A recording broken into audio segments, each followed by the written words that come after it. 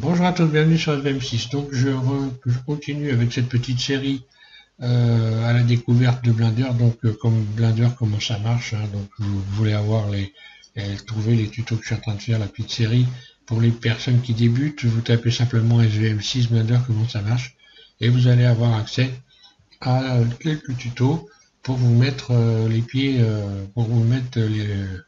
les pieds à l'étrier, j'ai envie de dire, de manière à commencer à utiliser cette application de modélisation 3D dans les meilleures conditions et pour pouvoir apprendre le plus rapidement possible. C'est beaucoup mieux que d'essayer de partir comme ça à froid et puis de ne pas avoir suffisamment d'informations pour avancer rapidement. Donc je suis sur la version 2.82 de Blender, donc je vais la fermer, voilà. Donc dans les précédents tutos, je vais fermer le fichier d'ouverture. Dans les précédents tutos, on a vu les outils dans le mode Edit. On a vu donc quelques éléments et donc je vous avais indiqué qu'on ferait une petite promenade ici dans cette partie de l'interface de Blender. Donc on va y passer très rapidement. Donc encore une fois, je le fais succinctement puisqu'il ne s'agit pas de détailler tous les réglages que l'on a dans cette fenêtre. Tout simplement, vous n'y comprendriez rien si vous débutez. Donc je vais un peu grosso modo vous faire découvrir ce que c'est que cette fenêtre et les éléments qui vont être, j'ai envie de dire, les plus importants, ceux dont vous allez vous servir le plus souvent lorsque vous allez modéliser. Donc là, on est dans une fenêtre. Lorsqu'on vient cliquer sur les icônes qui sont là, vous voyez, vous allez avoir des outils différents. Quand vous allez ajouter des éléments ici, donc dans les mèches, si je rajoute un cube, ici, vous voyez que la liste s'est allongée, donc je vais avoir la possibilité de faire différents réglages. Donc à commencer ici, alors ici, dans cette fenêtre-là, je ne sais pas si vous allez bien comprendre, mais je vais vous parler de ça quand même, on ne sait jamais. Si vous avez coché dans la liste des addons, vous avez coché tous les addons, eh bien ça c'est un filtre à addons, tout simplement, ça vous permet de sélectionner. Alors un addon c'est quoi? C'est un plugin, tout simplement, c'est un rajout de logiciel. On va dire que ça correspond, si vous êtes habitué à utiliser Photoshop, ça va correspondre au filtre de Photoshop par exemple, pour vous donner une idée. Voilà, donc ça serait des filtres qu'on rajouterait, donc des fonctions qu'on rajoute à Blender qui sont gratuites, que l'on peut installer. Et donc souvent dans les versions qu'on nous propose quand il y a une modification, il y en a des nouvelles. Et donc vous avez la possibilité de les cocher dans la configuration que l'on trouve ici. Donc je vous conseille une fois de plus de taper SVM6 ma config. Donc vous allez comme ça pouvoir dans les préférences utilisateurs avoir les mêmes réglages que moi et puis comprendre, je vous explique également à quoi ça peut servir tout ça. Donc ça va vous permettre de comprendre un peu comment fonctionnent les choses par rapport aux addons et puis par rapport aux réglages dans les réglages de l'interface. Alors ici on peut donc une fois qu'on a installé des addons, eh bien soit les utiliser. Voilà, si je clique, d'ailleurs je vais cliquer sur le N, vous allez voir ici que si je coche cette case ici, filtrer les addons, on voit que les addons se sont éteints. Donc là, ils ne peuvent plus rentrer en fonction. Et après, je peux choisir les addons que j'ai envie de choisir. Alors là, celui-là, je l'ai toujours en permanence. Mais par exemple, si je prends Archimesh, voilà. Voilà, si je clique ici, on voit que j'ai rajouté des addons. Voilà. Archipack, etc. Donc je peux sélectionner les addons. Bon, c'est pas une fenêtre dont vous allez vous servir le plus. Moi, ce que je conseille, c'est de ne pas cocher, contrairement à certains qui conseillent de cocher tous les addons, puis en plus après aller dans cette liste. Donc après, vous allez avoir une liste monstrueuse ici, et donc finalement, vous allez perdre du temps. Moi, je pense qu'il faut cocher essentiellement dans la liste qui se retrouve ici dans les préférences, les addons qui sont là, dont vous êtes sûr que vous allez vous servir, et puis éventuellement, de temps en temps, allez vous amuser, chercher à comprendre à quoi servent les autres, pour éventuellement en rajouter. Mais après, vous allez alourdir votre machine, et puis après, l'ouverture de votre machine, de Blender, risque de s'en retrouver pénalisé, parce que vous avez trop d'outils, et donc forcément, ça ralentit l'ouverture. Donc là, on a une autre possibilité, une autre fenêtre ici, qui s'appelle donc, qui permet de sélectionner le mode de rendu ici Eevee. Donc on a un nouveau mode de rendu qui s'appelle Eevee, et donc il y a un mode de rendu rapide, contrairement au mode cycle qui lui est un mode de rendu lent, mais d'un mode de rendu donc d'images qui sont plus réalistes. Hein. Eevee, c'est un nouveau mode que l'on retrouve donc dans les versions 2.80, à partir de la version 2.80, qui n'existait pas avant. Avant, on utilisait essentiellement le mode cycle pour les rendus et également le mode render Blender, et donc que l'on n'utilise plus maintenant. Hein. Et là, vous avez un nouveau mode qui s'appelle le mode Workbench ici. J'ai fait un tuto, donc vous tapez simplement SBM6 Workbench et vous aurez des explications sur ce mode de rendu qui est particulièrement intéressant, qui n'est pas un mode de rendu réaliste, mais qui, vous allez jeter un œil, vous verrez que ça va être intéressant de travailler dessus. Donc le mode Eevee, mode de rendu rapide. Donc le mode de rendu c'est quoi? Mode de rendu c'est tout simplement lorsque je vais ici, je vais rendre une image par exemple, je clique sur cette icône et on voit là que moi j'ai mis un fond d'écran qui permet de faire un éclairage, c'est une sorte de laboratoire photo on va dire. Voilà, ça crée de la lumière, ça permet d'éclairer directement ici les objets. Et si je veux faire un rendu, je vais rajouter une caméra. Je vais rajouter une caméra, donc voilà, je vais ici ajouter caméra. Je positionne en faisant CTRL ALT 0 ma caméra sur ce cube. Ce cube, je vais lui donner une couleur. Ici, donc dans ces outils-là, vous voyez, il y a la possibilité d'ajouter des couleurs aux objets. Donc je le fais très rapidement parce que ça n'a pas un grand intérêt pour l'instant. Hein. Ce qui compte, c'est déjà de commencer à comprendre les modes de rendu, à quoi ça sert. Je vais agrandir mon cube, par exemple, voilà. Et si je fais un rendu, je vais faire F12 et je vais rendre une image. Ça va me faire créer une image. Voilà. Là, j'ai créé une image. Je peux fermer cette image là. Et puis donc ça c'est un premier mode de rendu. On va avoir un deuxième mode de rendu qui est cycle ou cycle en anglais. Donc là déjà on voit qu'on a une forme de pointillé. Voilà, lorsque l'on bouge l'image comme ceci, on a déjà tout à fait ce rendu très lisse que l'on obtient lorsqu'on est sur cycle, lorsqu'on est sur le mode de rendu Eevee. Donc là si je fais un F12, vous allez voir que le F12 va être beaucoup plus long. Le rendu d'image va être beaucoup plus long à être réalisé. Et suivant la complexité de l'image, il deviendra de plus en plus long. Mais par contre, le réalisme, alors là évidemment c'est une image simple, mais le réalisme sera d'autant meilleur que vous allez utiliser ce mode de rendu là plutôt que le mode de rendu cycle ou alors maintenant ou voilà, c'est bon, là je vais rentrer là. Le mode rendu cycle, le mode Eevee, pardon, ou le mode de Workbench. Alors Workbench, voilà, ici je vais faire un rendu Workbench. Donc là on voit que la couleur a disparu, puisque là il va falloir tout reprogrammer. Par exemple, utiliser des matcaps, c'est-à-dire des éclairages qui en fait déteignent leur couleur sur les objets. Hein.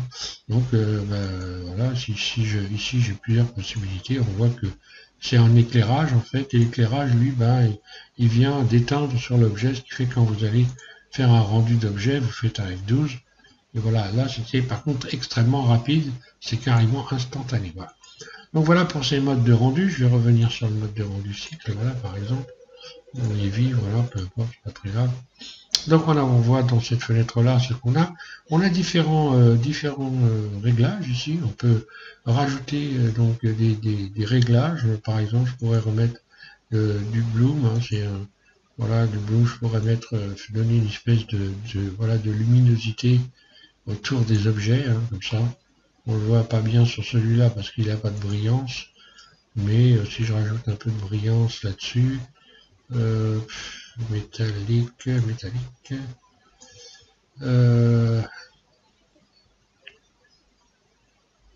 Ici, je vais aller limite bloom.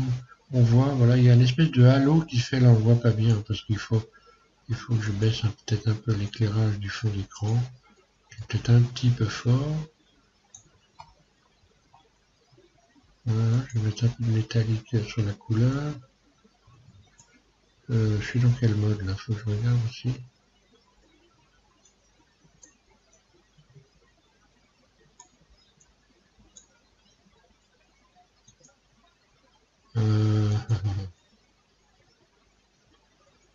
là j'ai coupé l'éclairage du fond, enfin l'éclairage existe toujours, mais l'image elle ne donne plus, et voilà, comme ça on voit mieux, voilà ce qui se passe. Vous voyez, on a une espèce de halo qui vient lorsqu'on utilise Bloom. Enfin voilà. Donc là, différents outils dans cette fenêtre-là, profondeur de champ, ce qui permet de donner un flou sur les objets qui sont placés le plus loin de l'objet central. Lorsqu'on positionne sa caméra ici sur un objet et qu'on a des images dans le fond, on peut créer un flou, etc. La réflexion, voilà, donc bon, quelques outils ici dont vous allez vous servir. La transparence, vous allez vous en servir pour avoir, lorsque on veut faire des images sans fond, par exemple, ici, voilà, si je clique ici, je vais pouvoir faire des images au format PNG sans fond et les utiliser, par exemple, pour Photoshop, hein, pourquoi pas, ou GIMP, hein, ou d'autres applications qui sont gratuites et qui sont très bien. Donc, on a plusieurs possibilités dans cette fenêtre. Ensuite, dans cette fenêtre-là, alors cette fenêtre-là, vous allez voir, elle est importante, parce que c'est la fenêtre qui va vous permettre d'enregistrer des vidéos, de modifier des formats. Donc lorsqu'on est en 1980, ici en 1920, 1080, voilà, on est à 100% du rendu donc en format HD. Hein. Et là, voilà, là on fait à partir de là des réglages de vidéos, du nombre d'images par exemple. Ici, voilà, on a une ligne de temps, hein, et on a donc le moyen d'enregistrer des animations que l'on a fait exactement comme on a sur un magnétoscope. Ici, vous avez le même type de bouton. Lorsque je clique sur celui-là, eh bien, je vais enregistrer, par exemple, le mouvement d'un cube. Si je sélectionne mon cube, je lui mets une flèche comme ceci, et puis que je clique sur la flèche, je vois que ici, vous allez voir que dans cette ligne-là, vous avez un point jaune qui est ça qu'on appelle une image clé, qui est venue se positionner. Et lorsque je bouge, par exemple, ici, mon curseur, que je l'amène à l'image 250 ici, donc là, c'est un nombre d'images. Il ne faut pas considérer ça comme du temps, mais comme un nombre d'images. Et une image, on sait que ça correspond, donc 25 images correspondent à une seconde de temps. Vous pouvez donc facilement transformer 25 images ou 24 images en une seconde. Et donc, vous aurez donc le temps. Donc, grosso modo, 250 images, ça va faire 7 secondes d'image. Et si je fais tourner ce cube, si je fais par exemple RZ, je fais tourner ce cube et que je fais un clic gauche, et bien, lorsque je bouge ici, voilà, j'ai donc mon cube, j'ai enregistré une animation. Lorsque je désenclenche Recorder, en fait, voilà, je peux maintenant faire une lecture. Et voilà. Et cette animation, je peux l'enregistrer sous forme de vidéo ici. Et là, je vais avoir des réglages. Je vais pouvoir choisir dans quel dossier je vais enregistrer. Donc là, par exemple, sur desktop, donc le bureau, je vais accepter. Donc mon animation, elle ira dans le bureau. Donc forcément, je ne vais pas l'enregistrer. Il faudra regarder les tutos plus tard, mais bon, là, ce qui est employé en règle générale pour les vidéos, sauf si on fait des vidéos sans fond, mais là, ça va être vidéo FFmpeg. Ici, voilà, donc je vais choisir un format vidéo, et puis ici, un encodage. Donc l'encodage ici, les 3/4 du temps, il faut surtout pas mettre, parce que il faut retirer ça, un transcar, et il vaut mieux choisir un MP4. Pour faire des enregistrements vidéo. Et pour ce qui est de l'audio, bien évidemment, il va falloir aller chercher ici MP3, voilà, pour pouvoir rajouter de l'audio éventuellement sur les images, l'audio que l'on peut également ajouter en allant ici, dans ajouter ici, haut-parleur, et puis vous allez chercher une musique et vous allez entendre en même temps de la musique en même temps dans votre animation. Donc voilà, on a cette fenêtre qui permet de faire des réglages vidéo. Ensuite, bon bah là je vais pas en parler parce que c'est pas le plus important pour les débutants. Ici, qu'est-ce qu'il va y avoir d'important? Bah ici, bon, ce que vous allez servir le plus, c'est le système métrique. Ici, vous allez pouvoir, alors pas pour les débutants, mais quand vous allez commencer à avoir un petit peu de bouteille, j'ai envie de dire, vous allez pouvoir utiliser le système métrique et puis faire des réglages pour éventuellement modéliser des objets au micron. Hein. Donc on peut utiliser cette fenêtre-là. Ensuite ici on a donc le fond d'écran. Donc là on voit le fond d'écran. Le fond d'écran il est noir parce que simplement ici j'ai fait un réglage pour qu'il soit noir. Mais en fond d'écran moi j'ai une image. Donc on va la voir cette image. On l'a vu précédemment. C'est une sorte de laboratoire. Voilà, Voilà, j'ai rajouté un élément qui me permet d'avoir la lumière, mais pas l'image. Voilà. Ok. Voilà, alors là, c'est un, voilà, simplement, il y a un éclairage, ça permet directement de faire un éclairage, c'est ce qu'on appelle un éclairage HDRI, et ça évite d'aller chercher des spots, voilà, ici on peut rajouter de la lumière, ici, lorsque l'on va dans cette fenêtre-là. Alors, ensuite, ici, donc, je vais d'ailleurs revenir, voilà, je vais revenir remettre ici, donc, profondeur de rayon, voilà, pour avoir un écran noir au fond, c'est mieux, et c'est moins fatigant. Cette fenêtre, donc, on peut rajouter des images de fond d'écran, des images HDRI. Lorsque vous cliquez ici, vous allez, alors là, bon, voilà, j'ai enregistré. D'ailleurs, prenez cette habitude, hein, parce que lorsque vous allez faire vous allez commencer à vous amuser avec, si vous voulez garder les éléments que vous avez donc intégrés dans Blender, ici, il faut empaqueter et automatiquement dans le Blend, c'est-à-dire tout ce qui est image, tout ce qui est extérieur à Blender, il faut l'empacter dans Blend en cochant cette case ici. Autrement, ben, les images, quand vous allez rouvrir Blender, n'existeront plus et elles seront plus le chemin d'accès pour pouvoir aller les rechercher. Donc, ici, on peut avoir des fonds, alors voilà, hop, on peut avoir des fonds d'écran différents, aller chercher des images différentes, donc en allant ici, il faudrait que je fasse nouveau, tout simplement, voilà. Je peux aller chercher, donc là je vais supprimer ça, tout simplement, je vais faire nouveau. Donc là, au lieu d'aller arrière-plan, ici dans couleur, je vais aller chercher texture d'environnement, ouvrir, et je vais aller chercher des images HDRI qui permettent de créer de la lumière. HDRI monde, par exemple, ouvrir, et voilà, c'est ça, c'est des images HDRI, et je vais sélectionner celle dont je me sers le plus souvent. Voilà, ouvrir, et voilà, en fond d'écran, j'ai une image HDRI, vous voyez, et elle crée de l'éclairage sur mon objet. Et je vais également là cacher pour ne pas être embêté par la force par la lumière. Voilà. Et ici, je vais aller chercher profondeur de rayon. Comme ça, j'éteins je supprime l'image derrière, mais je garde la lumière que crée l'image. D'ailleurs, si je sélectionne ici, si je vais dans les couleurs que j'ai rajoutées ici pour le cube, si je mets de la brillance, vous allez voir que si je mets du métallique, on va voir que je retire la rugosité, et bien on voit l'image qui était en fond d'écran, on la voit, elle est là. Donc elle est toujours existante, on ne la voit pas, mais par contre, elle renvoie de la lumière, et donc voilà. Alors on a vu cette fenêtre, là, donc l'arrière-plan. En arrière-plan, on peut mettre tout ce qu'on veut, hein, des nuages, enfin voilà.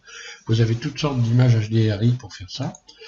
Dans cette fenêtre-là, c'est pas ça que vous allez... pour les animations, bon, ben, ça c'est pas relation, collection, visibilité. C'est pour les débutants, c'est pas ce qui va servir le plus. Dans les... Voilà, là, dans les modificateurs, vous allez voir que ici, vous avez plusieurs possibilités, il y a beaucoup d'éléments dont vous allez vous servir. On va dire que, eh bien, encore une fois, tout ce que vous voyez là, ça pourrait être comparé, si on prend Photoshop ou GIMP, enfin une application 2D, ça pourrait être comparé au filtre. Donc vous allez rajouter, dans ces fenêtres, vous allez pouvoir comment créer des animations, comment modifier des formes d'objets, faire des découpes. Vous allez pouvoir utiliser un système ici, bah, par exemple, si on va simuler, si je fais ça, je vais pouvoir simuler, vous voyez, simuler un liquide. Donc, bah, tiens, on va imaginer, que je veuille obtenir un liquide avec ce cube. Eh bien, ici, je vais engager des images clés dans le temps, ici. Donc là, par exemple, je vais engager une image clé au début, ici, là. Là, donc, je fais un clic droit, insérer une image clé, puis on voit que ça va bouger ici. Donc là, je vais supprimer l'animation. Je vais d'abord tout supprimer, je vais mettre des nouvelles images clés. Alors, insérer une image clé, voilà. Là, j'enregistre, Voilà, je donne un mouvement à la flotte. Voilà, et quand je vais faire la lecture, voilà, j'ai un mouvement, et puis je pourrais simuler la mer, je pourrais simuler tout un tas de trucs avec ces modificateurs. Donc modificateurs, on voit plein de choses, hein. Il y a beaucoup d'éléments là-dessus qui vont vous permettre de créer des animations, de tordre, de visser, enfin de construire, voilà. Donc pour cette fenêtre, va servir beaucoup. De la même façon, ici on va avoir donc celle-là pas pour le moment, je vais pas en parler, c'est pas. Ici on va avoir donc tout ce qui est donc simulation de liquide, simulation de particules. Par exemple, si je voulais faire un feu d'artifice, voilà, c'est les physiques.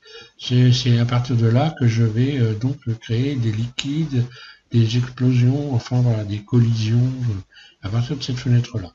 Celle-là va permettre, c'est une fenêtre qui va permettre d'utiliser des contraintes, c'est-à-dire d'obliger les objets à avoir des actions particulières par rapport à d'autres objets. Ici, on voit copier la position. Donc, par exemple, on imagine que ici, si ma flotte, je vais donc revenir en arrière, CTRL Z ici, voilà, je reviens avec mon. Hop, voilà, je vais revenir en arrière, ok, avec mon cube qui tourne. Je vais supprimer mes images clés, donc je sélectionne A2, X, supprimer les images clés, voilà. Donc je n'ai plus d'animation. Là, je peux ramener mon curseur ici. Alors, je disais ici, voilà, cette fenêtre-là va permettre de créer des dépendances par rapport à d'autres objets. Je pourrais estimer qu'un objet va en suivre un autre, etc. Donc ça, c'est encore les contraintes. C'est si vous voulez avoir des détails sur les contraintes, vous tapez tout simplement SVM6 contraintes. Et SVM6 contraintes, et vous avez une playlist où j'ai développé tout ce qui est contraintes. Et vous allez pouvoir travailler dessus, mais c'est pas forcément les choses les plus par lesquelles il faut commencer. Mais bon, ça n'empêche pas d'aller voir et de regarder les vidéos. Cette fenêtre-là qui va permettre de créer des groupes et puis de travailler sur des groupes d'éléments qui constituent les objets, comme les vertices, les arêtes, etc. Cette fenêtre-là va permettre de créer de donner diverses formes possibles à un objet et de pouvoir s'en servir ensuite dans des animations. Et puis ensuite, on a encore toutes sortes de réglages ici. Mais bon, ceux qui vont servir beaucoup, c'est essentiellement cela.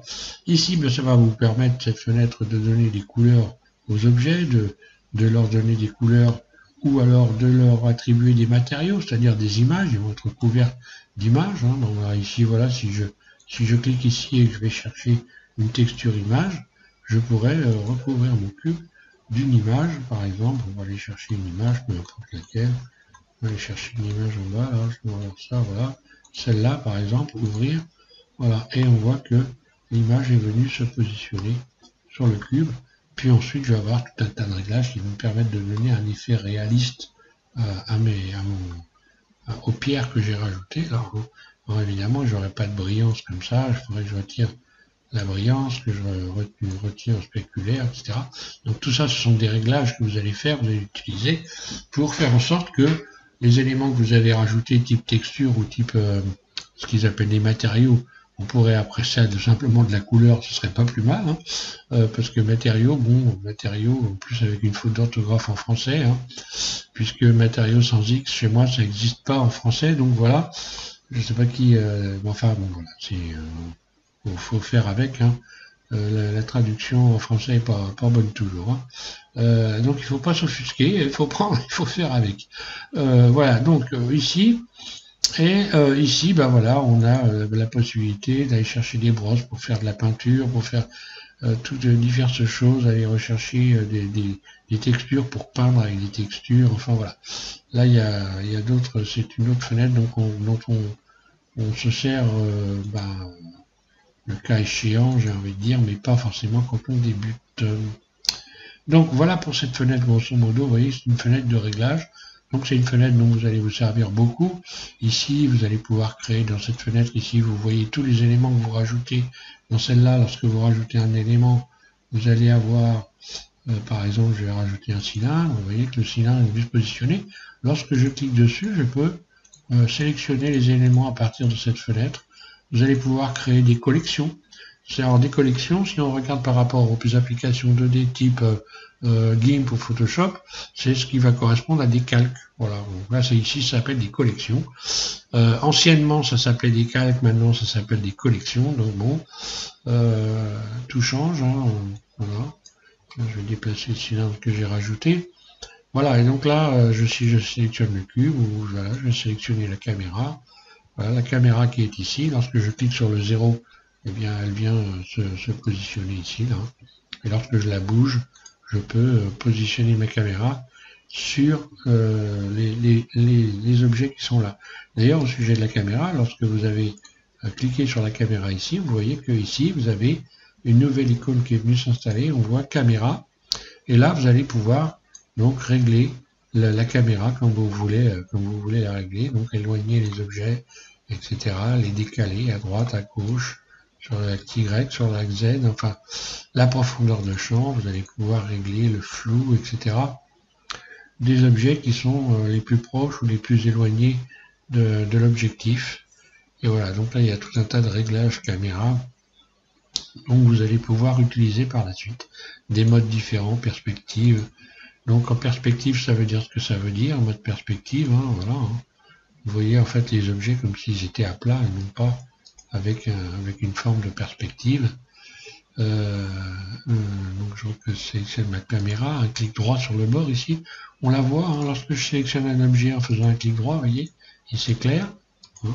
Et lorsque je clique sur le bord de la caméra ici, je suis en train d'appeler la caméra et voilà, je peux choisir différents modes, panoramique, etc. et perspective.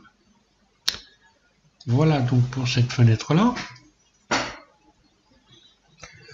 Ensuite, pour continuer, vous avez donc d'autres, en ce qui concerne les fenêtres, vous avez également ici toute une liste de fenêtres que l'on verra dans un prochain tuto, pas le numéro, donc celui-là c'est le numéro 3, on va voir avec le numéro 4. Avec le numéro 4, on verra, on va aller se promener ici dans ces fenêtres-là pour voir toutes les possibilités qu'on a ici d'utiliser ces fenêtres que, on les utilise ou on modifie celle-là. Moi, je suis habitué à aller sur celle-là. Il y en a ici qui sont intéressantes, hein, pour avoir des fenêtres qui sont composées avec différentes... Bon, là, on va dire que c'est un moyen de confort, hein, parce que là, vous avez directement, lorsque vous cliquez, par exemple ici, vous avez directement ici la possibilité d'utiliser des outils qui sont spécifiques pour les textures, l'application de texture et de couleurs, voilà, pour utiliser des mots simples. Hein. Donc là, ces fenêtres qui sont les fenêtres sont bien particulières, mais ceci dit, voilà, il n'y a pas de, il faut pas se focaliser là-dessus, il n'y a rien de compliqué là. Hein. Voilà, vraiment, c'est d'une simplicité. Et puis il y a cette fenêtre de base ici que l'on a. On peut utiliser cette fenêtre et puis la modifier à volonté comme on a envie, très simplement.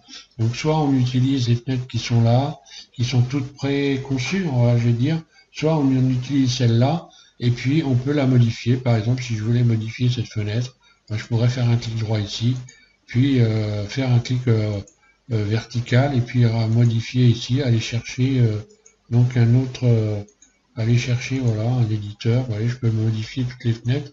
Finalement, je peux donc, à partir d'une simple fenêtre, réaliser toutes celles qui sont ici. Bon, avec l'habitude, on va très vite. Après, c'est une question de confort, chacun fait comme il veut. Hein. Je vous donnerai à peu près les détails de ces fenêtres-là. On fera un petit peu le tour là-dessus sur le prochain tuto. Et puis donc dans le prochain, pas le prochain, celui d'après. Parce que avec le tuto numéro 4, là, je vais passer à une autre phase qui va être comment faire pour apprendre vite. Je vais vous donner tous les éléments qui sont importants pour apprendre vite, pour apprendre et comprendre rapidement, et donc pour avancer le plus rapidement possible. Donc on ne parlera pas forcément On parlera d'un petit peu tout. Je vais vous parler de YouTube, je vais vous parler de... Parce que sur YouTube, il y a des choses à savoir pour comprendre où aller chercher des informations, quelles informations aller chercher, comment les chercher, comment régler YouTube, j'en ai déjà parlé, mais bon, régler YouTube pour comprendre les tutos, parce qu'il faut les comprendre bien, donc on verra plein de choses. Je vous parlerai également des applications éventuellement qui vont servir qui vont être complémentaires de, de Blender, les applications et puis aussi les sites qui vont être complémentaires de Blender et qui vont vous servir. On parlera des applications de texture. Je vais en parler tout de suite. Par contre, vous avez maintenant une bibliothèque ici de textures qui n'existait pas dans le temps. Je vais revenir d'ailleurs en arrière. Ici, donc, je vais fermer cette fenêtre-là. Je vais revenir là. Oui, voilà. Donc, vous avez là maintenant dans les matériaux de texture ici, la possibilité d'avoir une bibliothèque de texture. Je vais en servir avec celle-là, nouveau, de texture et de matériaux, que l'on retrouve dans réglage, affichage 3D propriété. Tiens, je ne l'ai pas installé sur cette version-là. Pourquoi Tiens, c'est bizarre ça.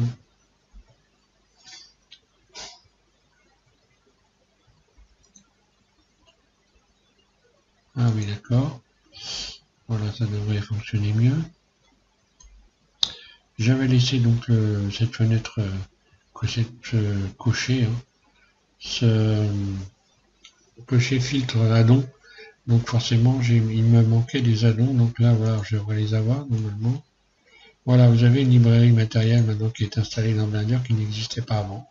Et lorsque vous allez chercher du matériel, hein, des textures, eh bien ici vous allez les avoir. Je vais faire un Carpaint, voilà, par exemple. Et puis je vais appliquer le Carpaint à l'objet. Ici, appliquer, donc apply to selected, là, donc appliquer la sélection. Voilà, et lorsque je vais me mettre ici dans le mode rendu, on va voir que, voilà. Donc là, j'ai appliqué une couleur, un Carpaint que je peux modifier. Je peux modifier sa couleur, sa brillance, etc. Et ça, vous verrez ça, eh bien, plus tard.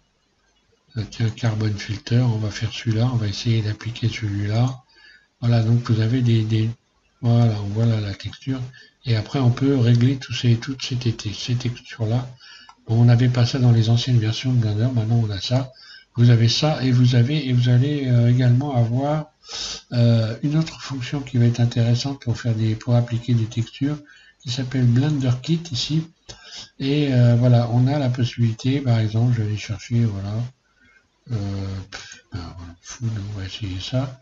Voilà, par exemple, ici, je pourrais télécharger, puisque c'est un site qui vous permet de télécharger des éléments pour vous en servir et les appliquer sur des objets. Et on voit là le téléchargement qui est en train de se faire. Donc maintenant, suivant la performance de votre ligne, vous allez retrouver la texture plus ou moins rapidement. Hein. Donc moi, ça, j'ai pas trop de problème, ça vient assez rapide. Mais voilà, alors c'est assez discutable parce que après, à chaque fois qu'on ouvre Blender, alors là il faut après faire en sorte de garder ces textures parce que autrement à chaque fois qu'on ouvre Blender, il faut aller les rechercher. Enfin, ça va rechercher les textures, ça les réapplique et ça fait perdre beaucoup de temps apparemment. Ou alors moi j'ai pas trouvé la bonne solution, mais bon. Peu importe, on va voir. Donc vous voyez que la texture que j'ai choisie ici, qui est là, hein, elle va s'appliquer normalement. Donc à mon cylindre. On va attendre qu'elle soit en fin de chargement. Donc le chargement, on l'a ici, on va le voir. Lorsqu'on va en bas ici, voilà. Voilà. Bon, ça met un certain temps, vous voyez, mais bon, les textures s'appliquent de cette manière-là. Voilà donc pour ce tuto. Donc je dis prochainement, on parle de tout ce qu'il faut savoir, qui est important à savoir pour avancer le plus vite possible avec Blender. Donc tout ce que je vais vous dire, ce sera évidemment mon avis suite à mon expérience. Donc mon expérience est de 10 ans de modélisation déjà, peut-être un peu plus même, et d'utilisation de Blender et de diverses applications type Photoshop par exemple, type également, bon j'ai pas beaucoup utilisé, donc tout ce qui est SVG, tout ce qui est donc ça y est, je perds la mémoire. Donc type Inkscape, voilà, qui permettent de créer des polices de texte au format SVG ou d'autres objets au format SVG d'ailleurs, qui peuvent être intégrés dans Blender, puisque dans Blender on peut intégrer différents types de formats. On peut importer par exemple, ici on voit, j'en ai sélectionné quelques-uns, Collada, etc., STL, et puis donc on peut aussi donc du SVG intégrer des formats SVG, des formats objets. D'ailleurs, je m'aperçois que je n'ai pas coché SVG. Mais bon, voilà. Je vais rechercher comme ça pendant que j'y suis, comme ça c'est fait, préférence. Et puis donc dans import export SVG, où es-tu?